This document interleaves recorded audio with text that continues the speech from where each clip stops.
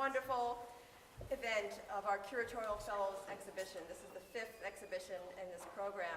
And this 5th exhibition is a really exciting departure in some ways because we have 2 curators. It was co-curated by Becky Bernard and Kristen Rudy. So the first time the research was a collaboration, and the thought about that went into it, the whole process was a co-curatorial exhibition. Another departure has been the fact that we have a beautiful brochure, full color brochure, thanks to funding from the Art History Program, the Arts Council. We have had brochures, we've always had documentation about the exhibition, whether it be on the website or some kind of takeaway, but this is really a wonderful document with a great curatorial essay that will be something for the students, for the Art History Program, for the museum to have in our files. It's part of the legacy, so really thrilled to have this as a new aspect of the exhibition. Another new departure is that the grad students learned about the process of loan agreement forms and how do you ask for a work of art, not only from our museum, but to approach the Mead Museum. We have a lovely work from the Mead, and we have a work, a Warhol photograph from the Mount Holyoke College Museum.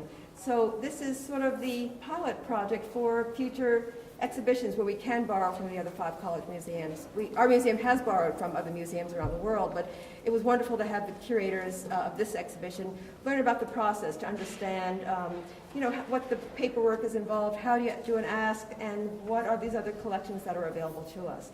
So it's a wonderful mingling of our collection, the University Museum's collection, and the other 5 colleges. And another departure is a homepage story. So you could check the UMass homepage. There's going to be a wonderful story about the Becky, Kristen, and Mario they were interviewed, and images talking about what is this Curatorial Fellowship and how does it implicate a teaching museum and how does it connect to the curriculum.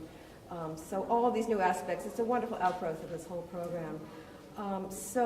Really to thank and congratulate the students for this beautiful show where some works, coming to light, coming out of the storage room into an exhibition space for the first time in many, many years. So beautiful to see works that hadn't been out on view, whereas some works had been out on view on previous occasions, but to see them in a new context, I think that's what great curating is about, to see art in a new light, in a new juxtaposition.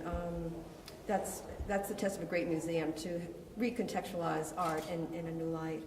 So thanks and congratulations to both of you, and my heartfelt thanks as well to Mario Ontiveros, who has been the linchpin, the mentor, the connector in all of these past exhibitions, and it's always been a great collaborative process, not only with your students, but with you, Mario.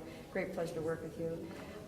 And I think Becky and Kristen learned all about the behind-the-scenes work that goes into exhibitions through my great staff, knowing that there's exhibition education curating, there's registrarial work, there's installation design, there's graphics and the designing of brochures, there's communications and business. And grant writing, yes, they wrote a great grant. So all of those aspects. So thanks to Ava Fierst, to Justin Griswold, Craig Alabin, Chad Seelig, and Donna Carpenter, they're all our behind-the-scenes staff. And so Becky and Kristen got to know them through all that important work. So I think what I'd like to do is now turn it over to Mario to say a few words, and then Becky and Kristen will do a tour, and then a Q&A, and to say that the exhibition is up until May 6th, but we will reopen for commencement weekend. So we'll have that posted fairly soon. So you can all bring back, faculty, students, friends, neighbors to see the exhibition when it's an exciting day for the 2 of you. So anyway, thank you all. So Mario, over to you. Great, thank you. great. Should I stand here? Yeah, please do. I can't stand under the lights. Well, first of all, thank you all for coming, and I just want to echo all of Loretta's thank yous. I mean, anytime you do any project, it requires just so much time and effort and commitment by so many different people. So to get this looking like it did required just countless effort on bringing together so many different programs, resources, individuals, staffs, visions, a little bit of arguments along the way. It takes a lot to get something. I always tell people that collaboration, if you ever do collaboration and you don't have a sort of mini totalitarian person, behind the scenes directing everything, really good collaboration just requires so much effort to hammer out the dents, because you can never really hammer out the dents. That's part of collaboration. So I just want to thank everybody who was a part of this, and again, to provide this resource for our students that really does give them a behind-the-scenes experience of real, museum work in real time, which is very different than, or connected to, not different, but connected to the theory and the practice that I talk about in my art history courses, but to actually do it and be a part of it, I think is really fantastic. It adds just another dimension. The other thing I'd like to say is that it's really important to sort of prepare. I always believe that you create the conditions for someone to do well. I think that's what you do as an educator, that's what you do as a mentor. That's what you seek, that's what I seek to do. What can I do? What energy, power, opportunities, potentials, what can I put out there so that we can have a workspace environment? What do you need to do well was probably the first question I asked these two curators. And from the very beginning, that collaboration just, from the very beginning of an idea to one sentence or from keywords to one sentence to one paragraph to an essay to an exhibition, it takes almost an entire year. And to watch two students do this collaboratively, I call them my Deleuze and Guattari, to borrow a sort of post-structuralist theorists. They're my D and G. Who are these writers who really wrote so eloquently together. They wrote these amazing texts together collaboratively, which is not what authors usually do. And I would just like to thank them for all the work they did, because what really people miss in this project is that they just took their comprehensive exams on Saturday. They are at an opening today. They have done, what you have done is so fantastic. And they're TAs. And they're in my seminar, which is 455 pages a week and annotations. So it is an amazing ability to time manage their work and to do it professionally, to manage the bureaucratic demands. And then, of course, I'm not easy to work with. And so to be able to sort of work with me, I think, I always say, if you can work with me, you can work with anybody. So I am really grateful for everybody all across the board who made this work, and I especially think we all owe them a big round of applause. So rather than take up any more time, I would just, again, like to thank everybody. I'm more than happy to talk to you further about the process that we went through, but I think it's best to turn it over to you, to the curators. Great.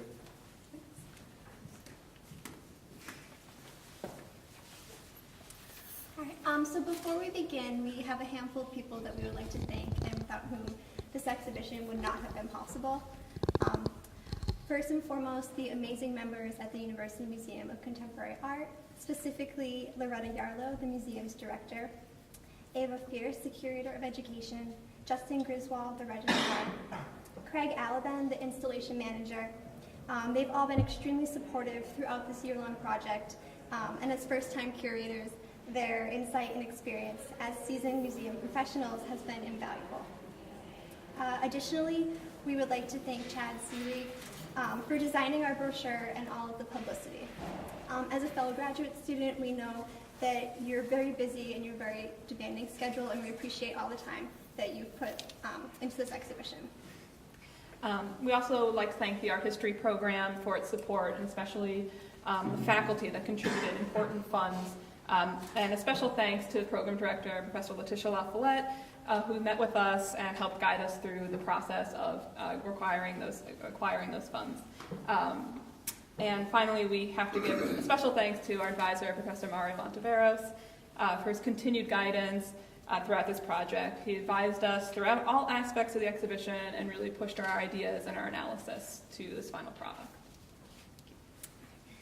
So to begin with, we would first like to talk about our curatorial process and our collaborative effort, and then focus on 3 works that we feel are emblematic of our exhibition.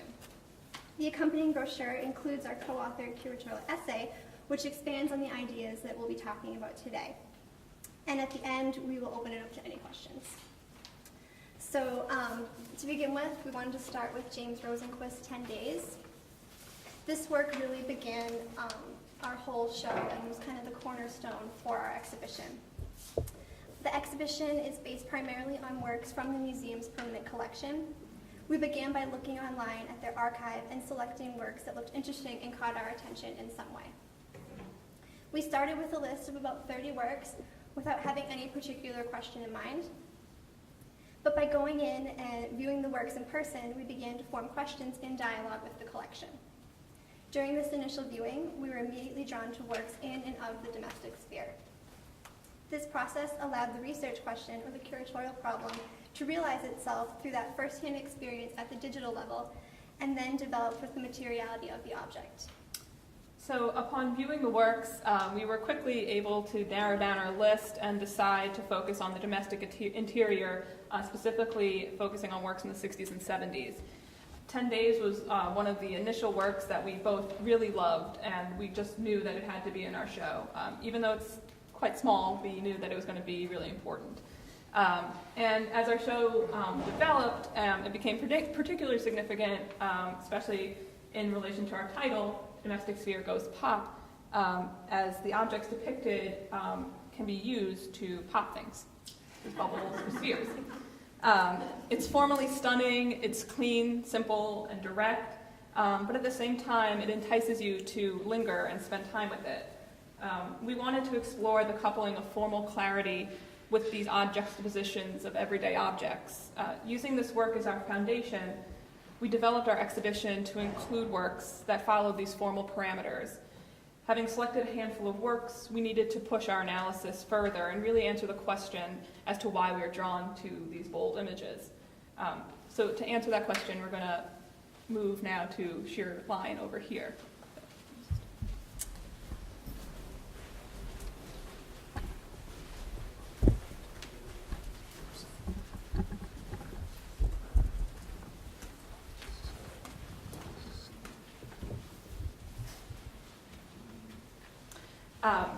So this larger and more complicated work, also by James Rosenquist, enable us to really put into words why we're so drawn to these works. Aesthetically, it's sharp, bold, and graphic. Rosenquist was a billboard painter and a commercial artist, and that aspect really comes through in a work like this. So moving beyond the formal aspects and focusing specifically on what Rosenquist presents, this work is much more fragmented than 10 Days. The tension we first saw in 10 Days is here amplified as Rosenquist presents the viewer with incongruent elements that don't add up to a larger narrative or meaning. There is a tension between the few specific objects that are presented and what he's deliberately left out. This tension became the overarching theme for our show. All of our works are tied together in this theme of absence versus presence. Particularly with Rosenquist, who is appropriating the billboard aesthetic, this work, and his prints in general, can be read like advertisements. But for nothing. They are not actually advertisements, and especially with Sheer Line, there is not much in the work except parts and fragments which do not add up to a whole. Thus, there is nothing in the advertisement as there isn't much there at all to begin with. So in general, if you look around the room and the exhibition, we see this idea as manifesting itself in different ways. So it may not be always fragmentary like in Sheer Line, or as chaotic as it is in the Pelozzi prints, which we will look at in a minute. But this theme of absence and presence is apparent in all of the works.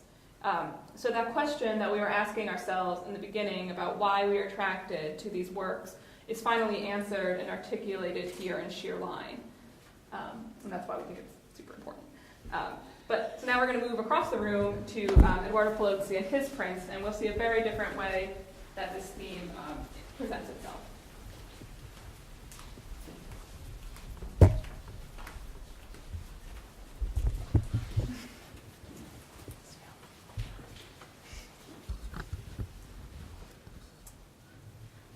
So here we have 7 prints from Eduardo Pelozzi's portfolio, General Dynamic Fund.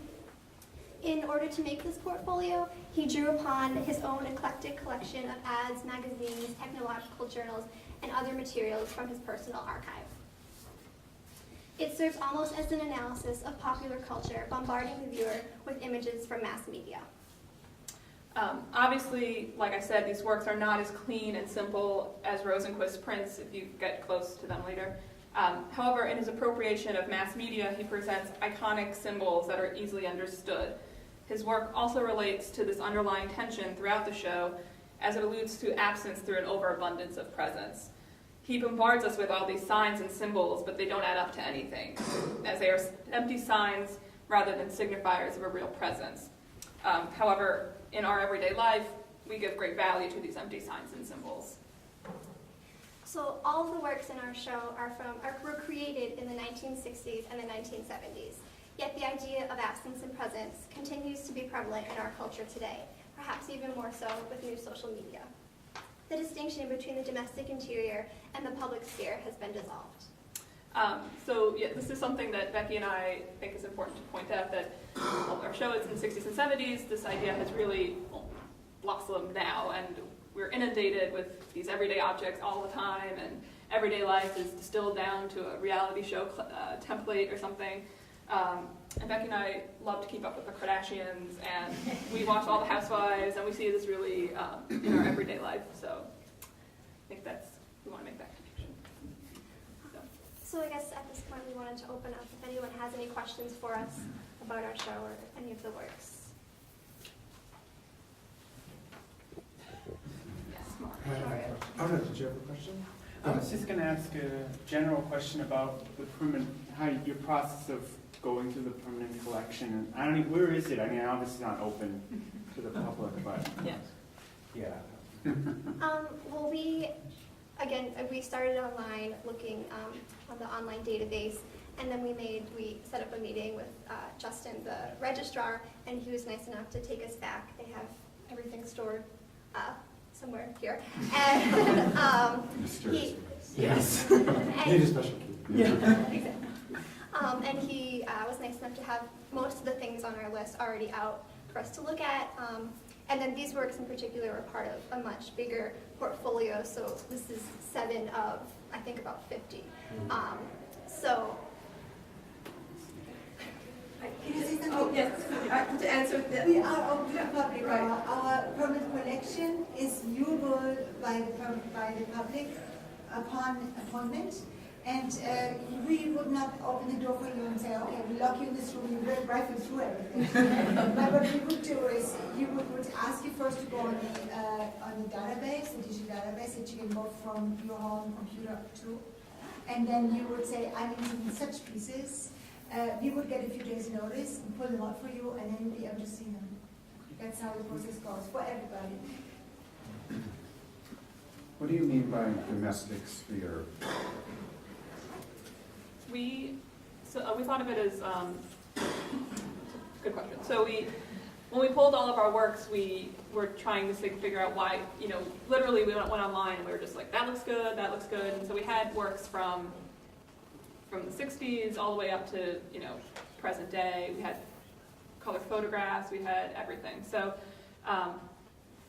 when we were going through it, we decided that there was something that we were both drawn to that was about everyday objects and interior objects.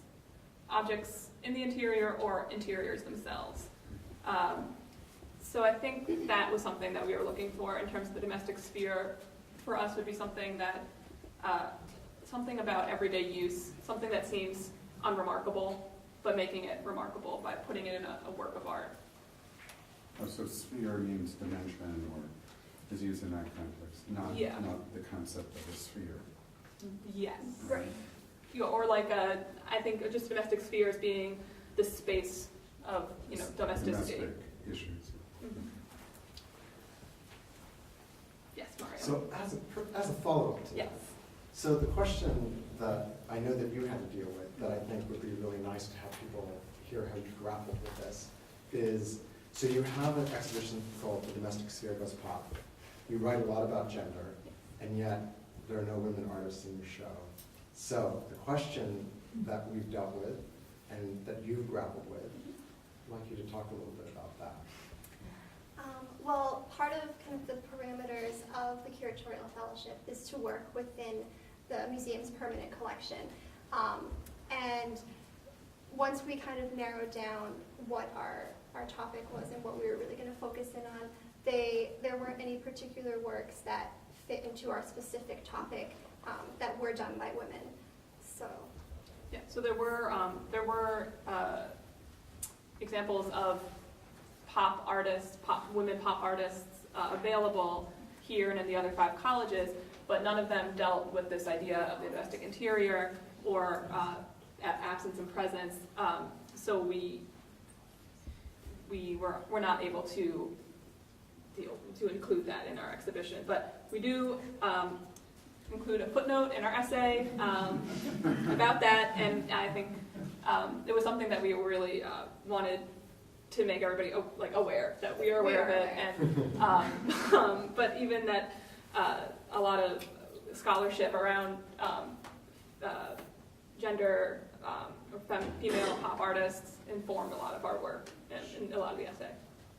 So I guess that is actually part of the theme of absence and presence. Yes. It works in Yes. But does that mean that you are indicating subtly that this collection needs to be expanded? We accept donations. Yes. I'm on the acquisition committee. Please contact me after. I mean, they have a wonderful collection to choose from, and our initial idea when we started probably would have left room to incorporate female artists, but we narrowed down and became so specific that there just weren't any within the collection. And the whole 5 colleges also. Right, And yeah, so- this extends, Yeah. the database extends to all the 5 colleges, so. Who are the Valid. female top artists? I'm just not familiar. Marisol, Mario Ridiculous. That's the one. It's okay, I just never came across them. They're in their footnotes. Yeah. You put us on the spot, and we're so focused on this exhibition right now. But yes. So the other thing too is that this is a really great compliment to the Brooklyn Museum that just did a whole show on women pop artists and issues around gender. So the other side of it is that this is a really interesting complement or dialogue with that exhibition as well, which of course you cite Yes. that exhibition. And I think that's a really interesting thing to see those exhibitions side by side. Yes. Yeah, when you mentioned 10 days, you said like the pop refers to things like the nails and the pins that can pop piecing, but don't you mean pop art or do you mean both? I mean, some of them have pops, Yeah. but not all are. That's a really good question because we do kind of meet it on those 2 levels. So these are all, it's pop art and it deals with pop culture, but we're also trying to maybe pop both the maybe what people automatically think of as pop art and also popping the illusion of the domesticity of the interior. Yeah. Right, I mean, we talk about it a lot in our essay, and the idea that the domestic interior, or the domestic sphere or home is a space of comfort, and some of these works with the odd juxtapositions and the fragmented figures, the person's not all there, and it brings in an underlying tension, and the idea that this work is perhaps popping the illusion of the comforting domestic sphere. Isn't that exactly true of this example over here? The Sheer line? sheer line, Yeah. because it only has the pen that is domestic, right, Mhm. and main rivers. Maybe the lips and maybe bottle Bottle. opening. So But the boat. the boat, Right, yeah, the boat. And the corrugated stuff. yeah. So what do you think it says about our culture that a lot of people like pop art? In other words, they're attracted to it. They sense it as warm, not cold, right? It's not it's not seen as brash commercial stuff. It's seen as fine art. What does that say about our culture? I guess it's showing how our culture is so mediated by these images from social media, and they're such a part of our life that they become everyday occurrences, and they become familiar. And I think in that bombardment of the images and that familiarity, that's where the comfort perhaps comes in. Yeah, I think people feel really there's a comforting aspect to pop art. It's more and more as we become more, at one with the media or something. So I think yes, that's happening, and I think we're trying to maybe question that and, see why that is.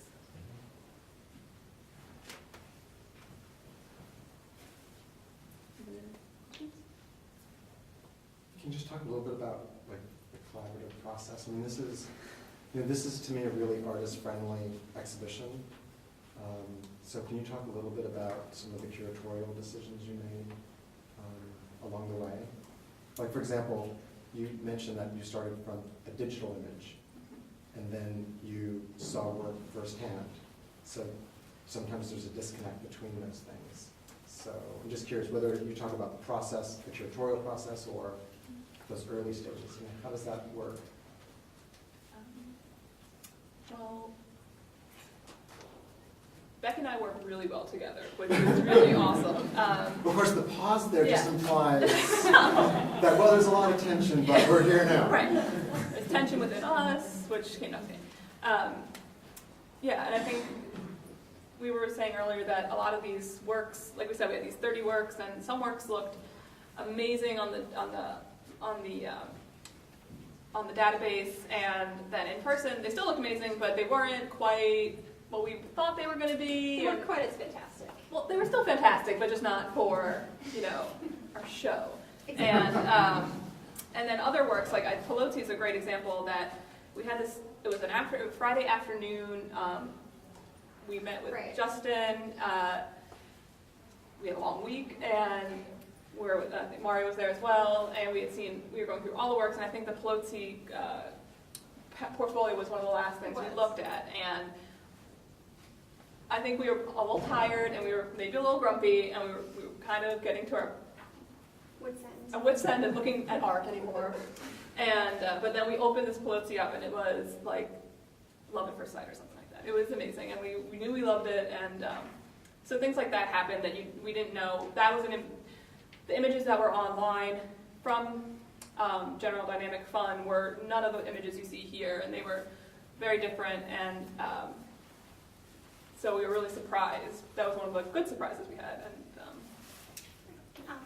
And then in general, I think for both of us to collaborate on this project, everything you see or every decision that went into this show is 100% both Kristen and I. There wasn't one decision or any aspect of the show that Kristen just decided or I just decided. We really sat down and worked through things together, and I think that our show is all the better because of the collaborative aspect as co-curators. It's really nice. Good job. Thank you. Yeah, and I do think that if I could share what Loretta had said to me in an email, I think I only would share good things. But one of the things that she said that she was really impressed about was the collaborative spirit that the two of you had throughout this project, but especially during the installation, which again, I want to say that they were just doing a 3, 4, 5, 7, 12-hour comp exam. I mean, it just ate up one whole day.